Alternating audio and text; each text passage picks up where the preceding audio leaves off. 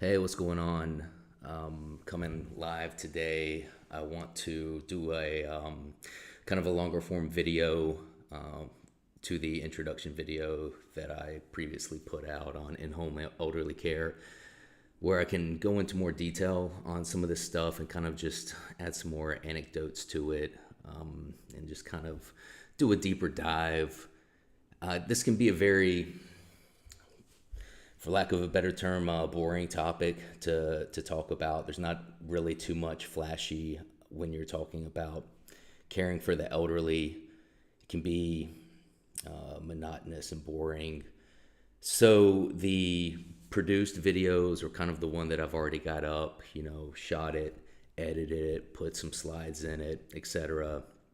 And I don't want to do 20 and 30 minute long videos in that way. I want to do kind of shorter videos, respect the time of the audience.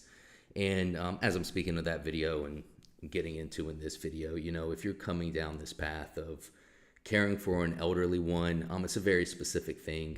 I was talking to some buddies last night and kind of explaining to them what I was trying to do and put together. And, it's the thing where you don't care anything about videos on YouTube for a 1989 Toyota Corolla until you have trouble with your 1989 Toyota Corolla, and then that's kind of all the content that you want to consume. So for somebody that's passing by, I've got a shorter video for them, and then someone that does have that broke down 1989 Toyota Corolla or a situation that is very specific to this, there'll be a longer form of content for them to consume. So that'll be kind of the game plan for this channel and these videos, is having something shorter where it's just boom, here's the point, bullets, and then something longer where I can come up and go live and just, freestyle this information. And we'll get to the point where we have questions and can kind of sort of broaden out these topics. So what I want to do here is I'm going to throw up the video that I made previously, and we'll watch that, and then from that point I'll start going into more detail on it. So let me pull that up real quick for you guys. Hey everybody, welcome in. This is a video series on doing in-home elderly care for your family and loved ones. Basically, the situation with our family is my grandmother, Ruth Kenton. I was able to implement some systems and processes that kind of assisted her in the last phase of her life. I wasn't the only one. We did have other people in the family and some from outside of the family that assisted, but I had a very heavy hand in on the process. So that's the point of these videos, just to share what we learned and to pass them on to others that might be useful. So basically, I want to start by introducing you to my grandparents. This is Ruth and John. They were married 60 years in Willow Spring, North Carolina, Fuquay-Varina, North Carolina, same area. And their background is that they were in elderly care. So we grew up around caring for the elderly. It was very natural for us to implement this process when Ruth got to a point where she really needed it. And they had two locations. One was in Fuquay-Varina. The other one was in Lillington, North Carolina. They had an additional 16 apartment unit facility that they cared for the elderly. And then it transitioned, and then they were helping single mothers at risk. And then it transitioned again, and they were helping veterans going through hardship. So they were just big community leaders, very involved their entire career, both personally and professionally, very invested. They loved America. They loved American values. They loved Fuquay. They were faith-based individuals, very active at their church. They loved the Lord.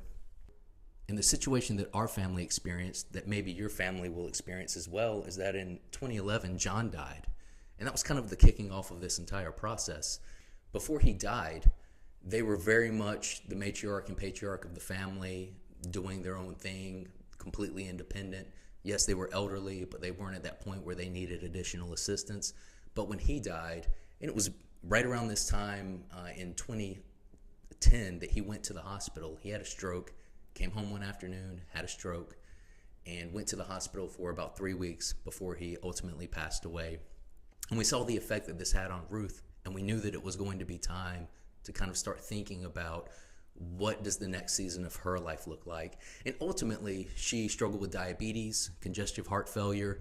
She lost her hearing and vision at the end, but that was at the end. It wasn't like that the whole way. It was a gradual process. And so through the process, we had to continue assisting and giving more care and figuring out new ways to bring the most help to her.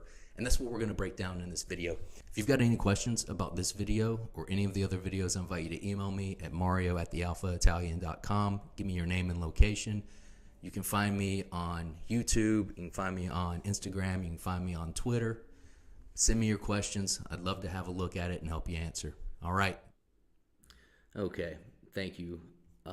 So like I said, in that video, I'm kind of just going boom, boom, boom, boom, boom, this thing, that thing, third thing. And I want a platform where I can kind of break this stuff down because I actually shot a longer version of this information, and it was about 15 or 20 minutes long, and I just didn't like overall the way that it was. It was slow.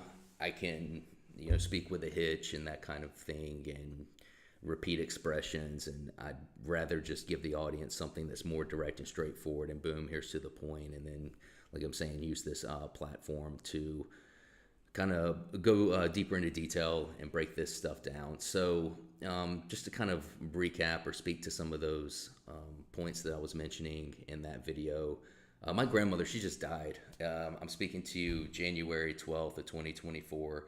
She died on her birthday, September 17th of last year of 2023, which was crazy.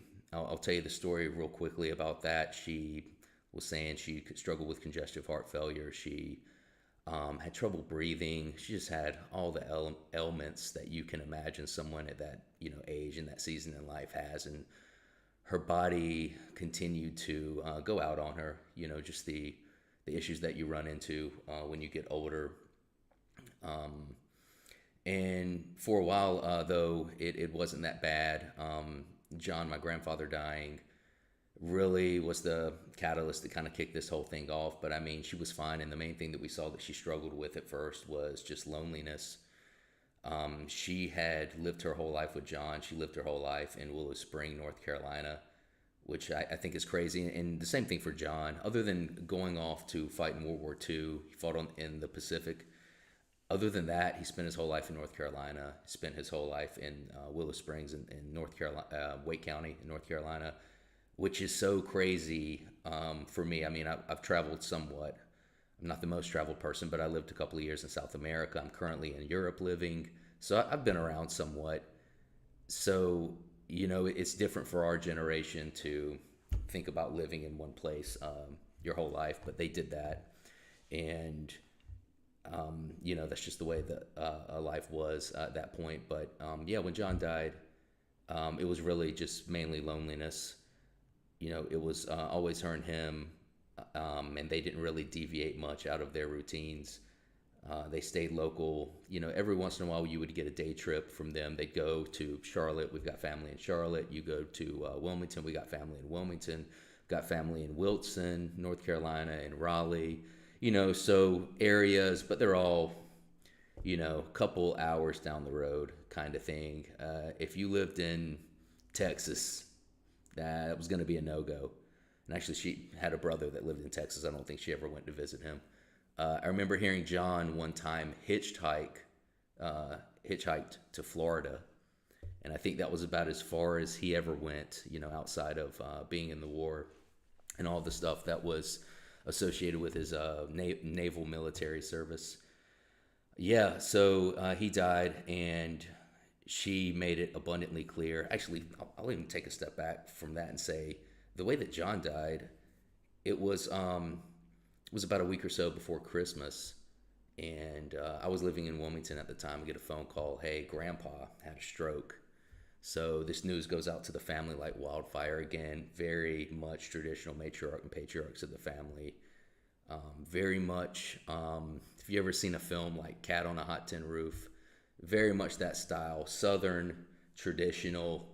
Everybody liked Big Daddy, or in our family, we referred to him as my daddy, and Ruth as my mama. I've never heard it in any other family, but that is a tradition with ours. And I would believe that it's a Southern thing. But yeah, so that news went out like wildfire. We go to the hospital. I remember getting there. I was at work in Wilmington, got on the road, immediately hit 40, go to Wake Med, and yeah, he's had a stroke. He's in, the emergency department doing what they do. You can't see him now. Okay, we'll wait. All right, we got to see if we can get him a bed. All of that, process, right? So finally gets a bed, and we're able to visit him, and he ends up staying there for about 3 weeks. And Ruth insisted that someone from the family stay with him around the clock. So between my aunts and uncles and my cousins, we always had someone in there with him, and I think that just came from her, just her caring background. And John would have wanted it too. John absolutely was a very caring individual. I actually would press you, even though most of the people you would need to speak to have now passed away, but I would press you to find someone that spoke ill of either of them. They were just those kind of people. But we stayed with them around the clock in the hospital, and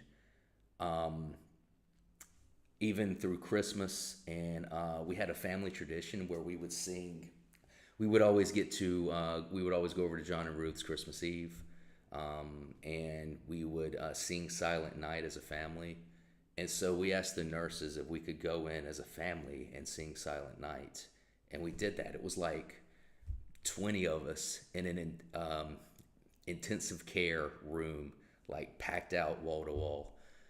And we did that, and it was special. It was it was something very unique and special. So even while he was there, we were trying to make the best of things, even though all of the feedback that we were given from the doctors was negative. And yes, he ended up passing away the first or second week into January of 2011. And yeah, so there's Ruth. For 60 years, one life, and then overnight, as any of you that have experienced death, it's forever changed, right? So what does she want to do with that, and how do we want to respond to that as a family? So, at first it wasn't much. She just wanted someone to come and stay with her at night. It was always about covering the night, and my sister and another cousin were able to do that for a season. And then I believe my sister even started living with her at that time. Me and my sister, by the way, we traded off different seasons of where we would live with her and kind of help doing whatever we could do. But in terms of all these other conditions, congestive heart failure, shortness of breath, blood pressure issues, her vision, she lost her vision at the end. She could barely hear anything at the end, which is ironic because about 2 weeks before she died, she got new hearing aids, which was absolutely amazing because you had to yell. She would have her hearing aids in, and you would have to yell or get super close to her for her to be able to hear. And she got these hearing aids where she could finally hear, and she wasn't able to use them for too long. But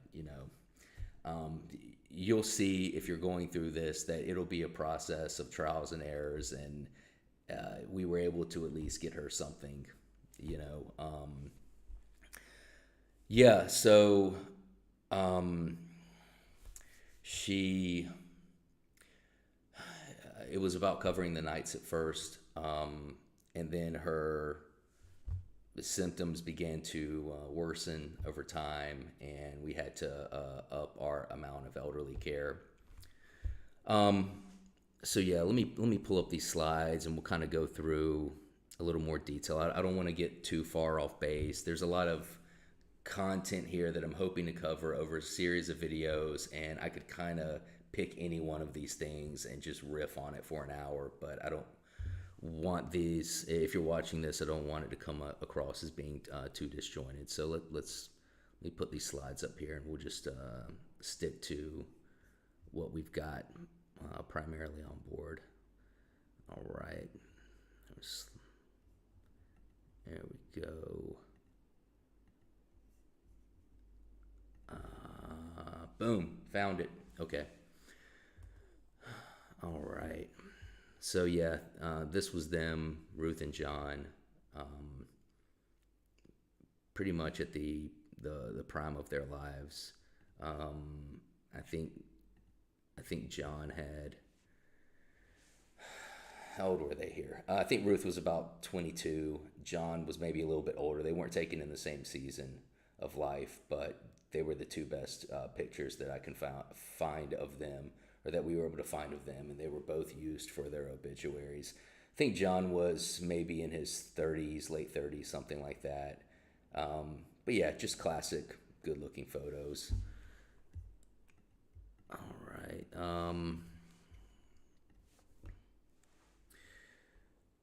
Yeah, so they had two nursing homes. The one in Lillington was Adams and Kenton Nursing Home. John had a partner. I believe that might have even carried over to the location in Fuquay, but they were one of the very first nursing home practitioners in North Carolina. I think my uncle told me one time that on their license, their nursing home practitioner license, they were number 7 in the state. It was like, you expect to get a license for anything. I mean, heck, look at your driver's license. It ain't going to be number 7.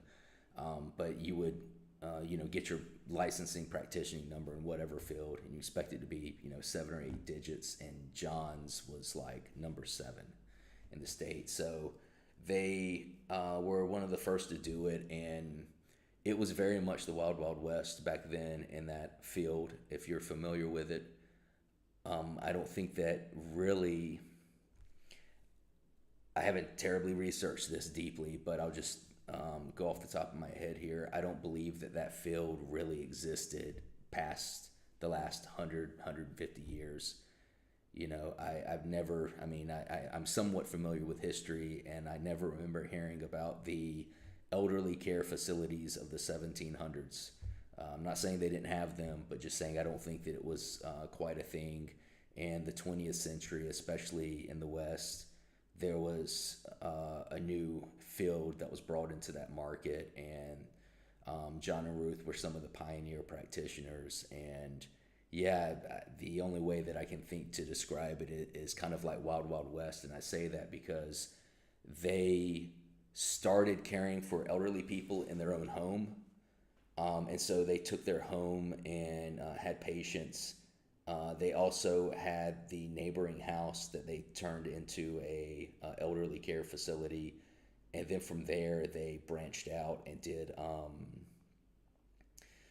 and then went into partnership and built structures and had like a proper nursing home facility. So yeah, they did that though for 30 years. And then the one in Fuquay also had an additional 16 apartment unit facility that actually, when they sold, I'm not sure when they sold the one in Lillington. Maybe it was in the 70s or 80s. I want to say 80s because I think it was around the same season that they sold both of them. And then they sold the one in Fuquay in the late 80s. Or if it was in the 90s, it was like literally the year 1990, 91, something like that. But they ended up selling both of them. But when they did that, they retained the 16 unit facility so they could continue working there. And then they had that, and then they had a separate area, a separate structure that was referred to as the antique hut. So it was this entertainment facility where we did a lot of family functions, but not just family functions. They entertained guests from all over the state.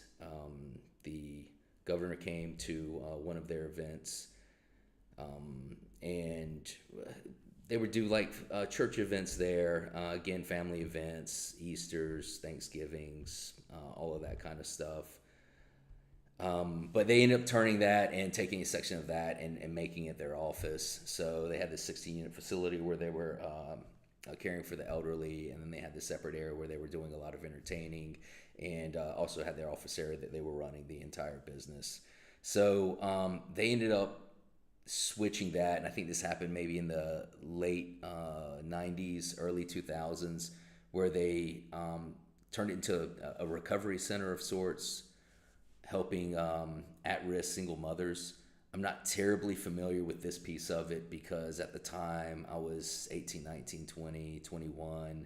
I lived in Greenville, North Carolina for a couple of years. Then I moved to Wilmington, North Carolina, which is where I've spent the majority of my adult life. And I just was physically away from it. So I wasn't involved as much as I was as a kid growing up, which they were constantly involved in our life. And frankly, just fantastic grandparents. And I think all of my cousins would agree with me by saying we hit the lottery with having them as our grandparents. We could not have asked for anything more. They did a lot for us, and not just us, everybody in the community. So yeah, they did that for several years, and then I think in 2014 or so, that 16-unit facility, they started housing veterans under hardship. I'm not terribly familiar with that as well, and I want to be measured as well about what I'm putting out here on YouTube. But I know that that's the heart of it, is that it was working with veterans going through hardship. And my understanding is that even still today, that is who is living there. So all of these other facilities, the Adams and Kent Nursing Home in Lillington, is no longer, or if it is, then someone else is using it, using that facility. And I don't know if it's still an elderly care facility. But the nursing home in Fuquay was actually, after they sold it, the company that took it over didn't do a good job, or that's my understanding at least, and it went out of business, or they ended up selling it and vacating the property, and the property fell into disrepair, and it was ultimately demolished. I think that happened maybe 2015 or so. I don't know. I remember hearing stories about like crackheads and people were breaking in, and it looked like scene out of The Wire. Okay, it looked like scene of like boarded up doors and boarded up windows and graffiti and spray paint. I remember riding by there one time, months before it was destroyed, and yeah, it didn't look great. Flat out, didn't look great. So that building is no more, but the 16 apartment facility is still there. Last time I checked, they still had people there. There was a property manager that was looking after it. So I don't know now that Ruth is gone and things are kind of changing, again in the family. I don't know how that ultimately will play out, but that's essentially, we're looking at 50 years though. That is from the spirit of Ruth and John, helping and assisting all sorts of different people from different backgrounds in our community. And that's just who they are. And then I've got the line there about community leaders, which is pretty much speaking to the point of they were so heavily involved in church and, outside of their business, even if they didn't do something like caring for the elderly, they were so involved in their church. They absolutely loved the Lord. They were faith-based individuals. And they really poured that into me and my cousins. My aunts and uncles as well. You really couldn't spend time around them without feeling that energy. They like to elevate situations when they walked into them, and everyone knew that they were going to bring that energy with them. Just community leaders, flat out. See what I've got on the next slide. Yeah, and then I was mentioning earlier, in 2011, John died. I think I gave you guys the story of that. And yeah, he died. I spoke at his funeral. I spoke at Ruth's funeral. I gave her eulogy as well. It was just a difficult time. And again, if you've ever dealt with death, it's a difficult time. And that's the thing too, John and Ruth, John was in his mid-80s when he died, but you knew that it was coming, or you know what I mean? Like, people get older, and that it's only a matter of time before something happens and they end up, their health takes a severe decline that's forever changing, or they pass away. So it wasn't a gone too soon type of death. And I've been around families that have experienced that, and that's absolutely heartbreaking. But we did know that things were going to be different forever, and we weren't terribly planned for it. That's something that I think if we had to look back at things and do it differently, is to plan out better, ahead of time, how you want to approach those situations. And then the same thing with Ruth. Ruth died on her birthday. She's 96, and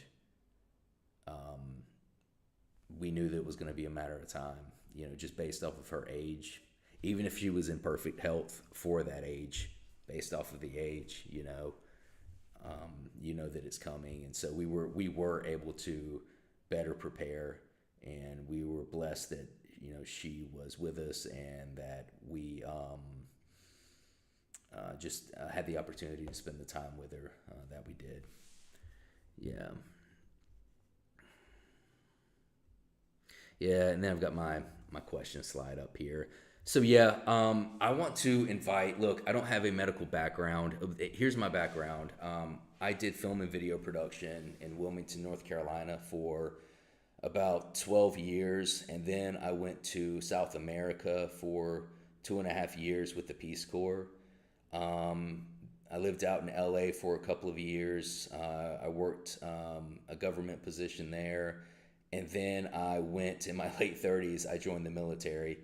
So that's what I do now. I do IT work, and I don't have a background in elderly care. Like when I say I don't have a background in it, I mean I went to school for this. I went to traditional school for this, or I did a traditional internship, or have traditional workforce experience in this area. But I'm willing to bet that if you're watching this, you don't either. You know, you're probably looking at a family member that is aging, or it could be whoever, but you're ultimately getting to where you've got to take care for them in the house. And how do you do that? And what are some of the hurdles and obstacles that you can try and look at and avoid? And that's what I want to do. I want to open this conversation.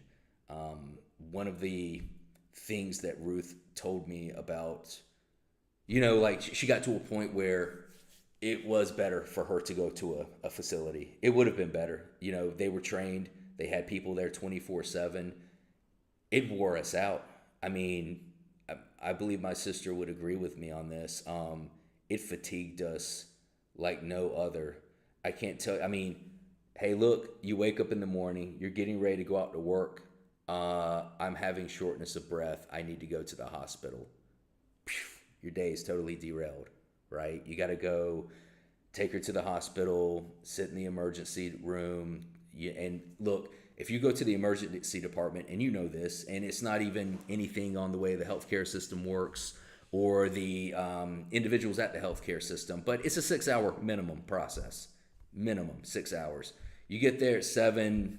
Best case scenario, you'd be home by 2 in the afternoon. You know what I mean? And that's if they're able to release her or the individual that you're caring for, or so it's an all day thing. It's an all day thing when that happens. But and that's why I say, like, if she had been in a healthcare facility, especially these last years when her health really declined, I don't know if it would have been definitively better off, but the pressure and load and trying to manage our life and trying to manage her life, it would have helped in that regard. It would have taken some pressure off of our dynamic with her. But she told me, saying all that to say, she told me one time, because she could tell, this was maybe 5 years ago or so, and she could tell that her health was declining, and specifically her vision. And I talked to her about it, and she said she didn't want to do it. And the reason why she didn't want to do it is because she spent her whole life in a nursing home, and she didn't want to go back. And Fair enough. I mean, I think that's fair enough. And I'll tell you, I think one of the reasons she didn't want to go, frankly, is because, like I said, the era that which they were working in the retirement care business, it was the wild, wild west. And I think that there's been a tremendous amount of innovation that has happened in that. Yeah, I think there's been a tremendous amount of innovation that has happened in that field since they were actually in it. And I don't think that she understood that and realized that. And so I think she had something in her mind where she was recalling some of the worst moments or the worst conditions that she might have seen or experienced or had seen. She told me she had found patients dead before. You know, they were dead, and it wasn't that they were being neglected, but they were. You know, she just went in to check on them, and they had died. You know, and I think that it was those kind of things that she kind of had in her head that made her not want to go back. Um, but yeah, I think that this is the kind of conversation that I want to start, and I've got my email up there. If you have any questions for me, and like I'm saying, I'm just a guy that did this for a family member, and you're probably an individual that's just trying to do it for a family member as well. Hit me with your questions or add them into the comments of this video or any of my videos, and we'll try our best to get back with you. I mean, I would like to take the questions that I get and actually do live streams where I'm answering them or taking people's calls or questions in that regard and help you work through this, because it's a very heavy lift, and it's something that's a process, and it's not perfect. You know, it's not going to be perfect. If you're going through this or doing this, it's just not going to be perfect. And one of the reasons why is because ultimately they pass away. And so that just can't be a perfect situation. You know what I mean? So yeah, thank you. I'll show you one more thing. This is the actual nursing home that they had in Lillington. I don't know how many beds they had there. I don't have a picture of the one they had in Fuquay. I'll try and locate that though. Like I said, I'm out of the country at the moment. So maybe that's something that I can bring to you in different videos later on. But yeah, that was it of the two. And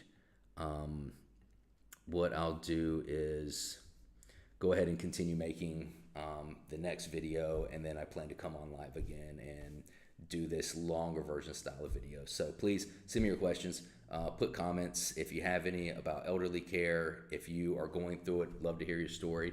And everyone have a wonderful weekend, and we'll be in touch soon. Thank you.